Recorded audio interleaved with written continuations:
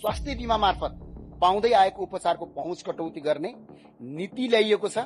स्वास्थ्य बीमाको रकम घटाइयो, सेवाको दायरा सीमित गरियो र लाखौं नागरिकलाई पुनः असुरक्षित बनाइयो। म सम्माननीय सभामुख महोदयज्यू, म अर्थमन्त्रीज्यू र अर्थमन्त्रीज्यूको परिवारलाई एउटा आग्रह गर्न चाहन्छु, एकपटक सरकारी अस्पतालको लाइनमा बसेर उपचार गराएर हेरिदिनुहोस्।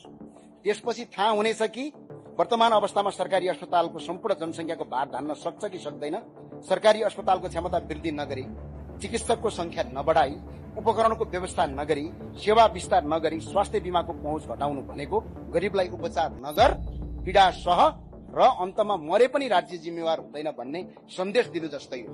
आज गरिब नागरिकहरू स्वास्थ्य बीमाका कारण निजी अस्पतालमा उपचार समेत गर्न सकिरहेका थिए। यदि केही निजी अस्पतालले घोटाला गरेका थिए भने त्यसको समाधानमा बीमा कटौती होइन, त्यसका लागि अनुमान गर्ने, नियन्त्रण गर्ने, कारबाही गर्ने शक्तिशाली नियामक निकाय गठन गर्नु पर्थ्यो। हातमा चोट लाग्यो भन्दैमा उपचार गर्ने नै हो कि हातै काटेर फाल्ने हो, यो सरकारले सिक्नु र बुझ्नुपर्ने आवश्यकता देखिन्छ। सरकारले आज उपचारको बाटो रोजेन, बरु व्यवस्था नै कमजोर बनाउने बाटो रोज्यो। सम्माननीय सभामुख महोदय, संविधानले स्वास्थ्य र शिक्षालाई नागरिकको मौलिक अधिकार मानेको छ, तर दुःखका साथ भन्नुपर्छ यो बजेट अब बिरामीहरूलाई समेत कर लगाउन बाटो खोलेको छ। उपचारका खर्चमा कर लगाउनु भनेको निजी अस्पतालमाथि कर लगाउनु होइन, अन्ततः त्यो कर उपचार गराउन गएका बिरामीले तिर्नुपर्ने हुन्छ।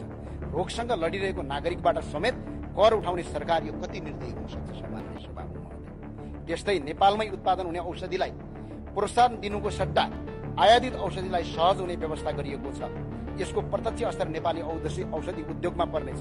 आज करिब 20 देखि 25 हजार युवाले रोजगारी पाएका औषधि उद्योगहरू सङ्कटमा पर्ने अवस्था सिर्जना भएको छ। झण्डै 50 भन्दा बढी ठूला औषधि उद्योगहरू बन्द हुने जोखिममा पुगेका छन्। स्वदेशी उद्योगलाई संरक्षण गर्नुको सट्टा कमजोर बनाउने नीति राष्ट्रहित अनुकूल हुन सक्दैन।